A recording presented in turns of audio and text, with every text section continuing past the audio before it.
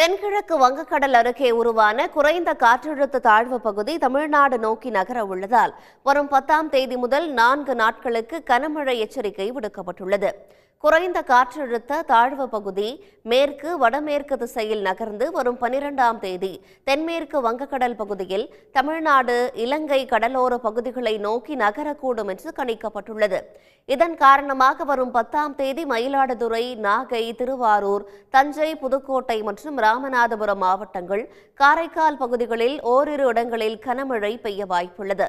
11ஆம் தேதி காஞ்சிபுரம், செங்கல்பட்டு, விழுப்புரம், கடலூர், மயிலாடுதுறை, நாகை, திருவாரூர், தஞ்சை, புதுக்கோட்டை, அரியலூர், பெரம்பலூர் மாவட்டங்கள், காரைக்கால் பகுதியில் கனமழை பெய்யக்கூடும். 12ஆம் தேதி விழுப்புரம், கடலூர் மாவட்டங்கள், புதுச்சேரியில் ஓரிரு இடங்களில் மிக கனமழை பெய்ய வாய்ப்புள்ளதாக தெரிவிக்கப்பட்டுள்ளது. காஞ்சிபுரம், கள்ளக்குறிச்சி, மயிலாடுதுறை, நாகை, திருவாரூர், தஞ்சை, புதுக்கோட்டை, அரியலூர், பெரம்பலூர் மாவட்டங்கள், காரைக்கால் பகுதியில் ஓரிரு இடங்களில் கனமழைக்கு வாய்ப்புள்ளது. வரும் 13ஆம் தேதி மயிலாடுதுறை, நாகை, திருவாரூர், தஞ்சை, புதுக்கோட்டை, சிவகங்கை, ராமநாதபுரம், தேனி, திண்டுக்கல், மதுரை, விருதுநகர், தென்காசி, தூத்துக்குடி, நெல்லை, குமரி மாவட்டங்கள் மற்றும் புதுச்சேரியின் காரைக்கால் பகுதியில் ஓரிரு இடங்களில் கனமழையும் பெய்ய வாய்ப்புள்ளது என்றும் வானிலை ஆய்வு மையம் தெரிவித்துள்ளது.